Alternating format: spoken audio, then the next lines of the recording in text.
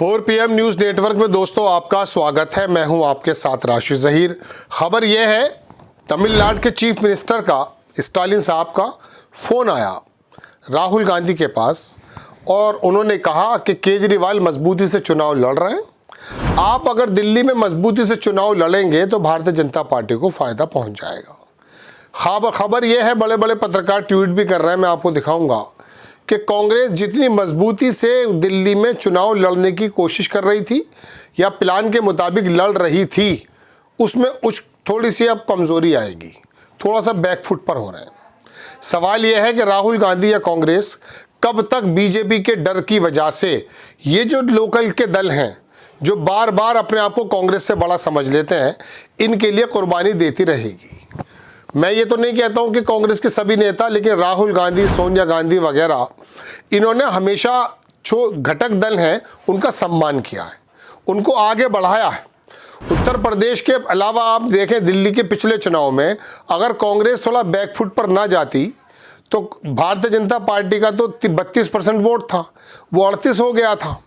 केजरीवाल हार जाते, लेकिन चूंकि कांग्रेस बिल्कुल ही हाशिए पर खुद ब खुद आ गई थी और लड़ने में वो दिलचस्पी नहीं दिखाई थी, इसीलिए 2019 जो चुनाव था वो केजरीवाल 50% से ज़्यादा से जीत गए थे। केजरीवाल की बातों से तो कभी महसूस नहीं देता कि वो लचक है। इंडिया गठबंधन के प्रति या कांग्रेस के प्रति उन्होंने कभी ऐसा एक रवैया नहीं दिखाया है जिससे ये महसूस हो कि ये गठबंधन के जो कानून हैं, जो बने नहीं हैं किताबों में, उसको फॉलो करते हैं। अपनी अपनी चलाना, गठबंधन की मीटिंग को छोड़ करके चले आना और बार बार कांग्रेस के या राहुल गांधी के खिलाफ खड़े हो जाना। हो जाइए आप, पंजाब में किसने मना किया है, लेकिन जितना लचीलापन, जितना फ्लेक्सिबिलिटी राहुल गांधी, सोनिया गांधी और कांग्रेस दिखाती है, इतनी तो ज़्यादा जो है ना ममता बनर्जी दिखाती है, ना केजरीवाल दिखाते हैं। गठबंधन जब भी कभी ऊपर नीचे बात आती है, ये दोनों तीनों दल जो हैं, इसके अंदर एनसीपी का भी दल, उसका भी नहीं मालूम पड़ पाता है, शरद पवार का, उद्धव ठाकरे तो खैर मजबूती से खड़े मिलते हैं, ममता बनर्जी या केजरीवाल, ये 2-3 दल सबसे पहले ऐसे हैं जो उठा पटक करते हैं। अखिलेश यादव का दल भी बहुत ज़्यादा लचीलापन नहीं दिखाता। उत्तर प्रदेश में आपने देखा, अभी कांग्रेस ने जो उपचुनाव हुए थे, उस उपचुनाव में कांग्रेस ने खुद ब खुद ही विड्रॉ कर लिया, खुद ब खुद ही पीछे हो गई।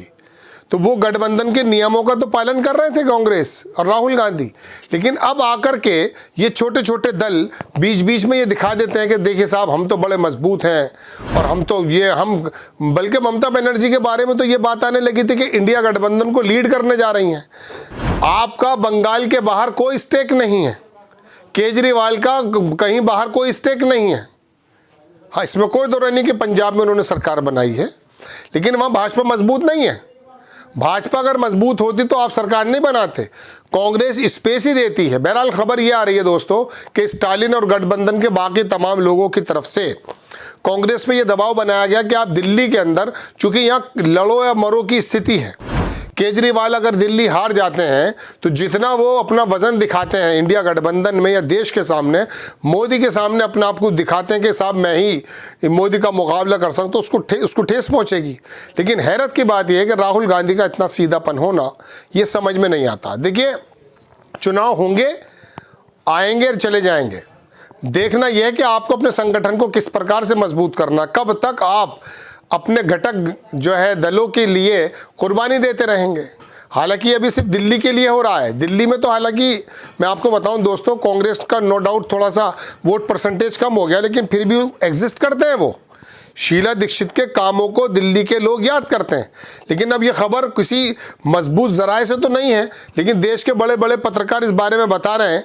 मैं देख रहा हूँ डॉक्टर मुकेश कुमार, उन्होंने लिखा, मैं आपको दिखाता हूं कि कहा जा रहा है कि दिल्ली चुनाव में कम ताकत से लड़ने का फैसला किया है, ताकि बीजेपी, कांग्रेस ने दिल्ली के चुनाव में कम ताकत से लड़ने का फैसला किया है ताकि बीजेपी को वोट कटने का फायदा ना मिले। यह भी बताया जा रहा है कि इंडिया गठबंधन के दलों ने कांग्रेस को इसलिए मनाया है, इसके लिए मनाया है, यानी कांग्रेस ने इंडिया गठबंधन के हक में बलिदान देने का फैसला किया है।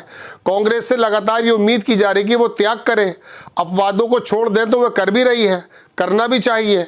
इस समय बड़ी लड़ाई को ध्यान में रखकर ही फैसले लिए जाने चाहिए। लेकिन अगर ऐसा है तो इंडिया के घटक कांग्रेस को क्यों कोसते हैं, क्यों उसे अलग थलग करने की कोशिश करते हैं?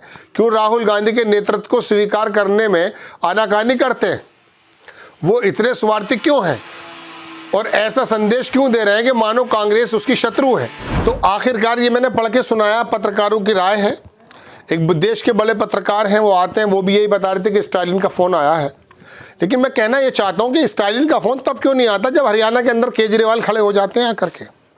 भारतीय जनता पार्टी को हटाना नहीं है। भारतीय जनता पार्टी पाकिस्तान की पार्टी थोड़ी ना है भाई, भारत की पार्टी है। भारत के लोग राज करते हैं। उनको आपने इस तरह से पाकिस्तानी बना के, रवांडा का बना करके एकजुट हो जाते हो, ये क्या तरीका है? आप तमाम के तमाम उनकी जो राजनीति करने का तरीका है उसके खिलाफ हो सकते हैं, लेकिन इस तरह से घेरना, फिर आम जन में ये सबूत जाता है, आम जन में ये मैसेज जाता है कि देखिए एक अकेले को सब लोग मार रहे हैं, अकेले के पक्ष में तो सब लोग आ जाते हैं। दोस्तों बात यह है कि ये जो इंडिया गठबंधन के बाकी घटक दल हैं, राहुल गांधी के लचीलेपन का किस प्रकार से फ़ायदा उठाते हैं। लेकिन राहुल गांधी को भी इस बारे में कहना चाहिए कि आप हरियाणा में कहाँ थे जब हरियाणा में अचानक जेल से निकल करके केजरीवाल कूद पड़े और अपने आकर के कैंडिडेट घोषित कर दिए। ये बात अलग है कि वहाँ हुड्डा साहब की भी कुछ शैतानी रही होगी, जैसा कि आरोप लगता है। लेकिन बहरहाल बात यह दोस्तों कि हमेशा कांग्रेस ही का जो है सेक्रीफाइस क्यों करे? वजह उसकी ये है कि कांग्रेस को आपने समझ रखा है। चलिए कांग्रेस के बड़े भाई होने के नाते सेक्रीफाइस भी कर ले, लेकिन जब आती है केंद्र की बात, उस वक्त सारे के सारे बहाने बहादुर बन जाते हैं। देखिए दिल्ली की सरकार भी अगर चली जाएगी तो कौन सा बड़ा फर्क पड़ जाएगा बताइए? कांग्रेस को किसी भी सूरत में इस लचीलेपन में नहीं आना चाहिए। अपनी मजबूती से लड़े, 10-15 सीट जीतने का पूरा प्रोग्राम बनाए, उन सीटों को मजबूती से देखें कि जिस पे वो जीत सकते हैं। केजरीवाल का ही वोट कटेगा, लेकिन भारतीय जनता पार्टी का वोट भी अगर काटने की किसी के अंदर काबिलियत है तो वो कांग्रेस है। चूंकि वहाँ दो तरह का वोट है, मैंने आपको कल बताया था कि एक गरीब वोट है, एक अमीर वोट है। वहाँ केजरीवाल ने दो तरीके की राजनीति कर दी है। वहाँ हिंदू मुस्लिम ज़्यादा नहीं होती जितना कि छोटा तबका और बड़े तबके की राजनीति होती है। वो तबका, छोटा तबका जिन्हें वो सहूलतें देते हैं, वो केजरीवाल की तरफ इंटैक्ट है। उनसे खिलस्ता है एक अमीर वर्ग, इसमें कोई दो राय नहीं है। ऐसे समय में कांग्रेस अगर लड़ती है तो जाहिर सी बात है बीजेपी का भी वोट काटेगी। ये किसने कह दिया कि केजरीवाल का वोट ही कांग्रेस काटेगी?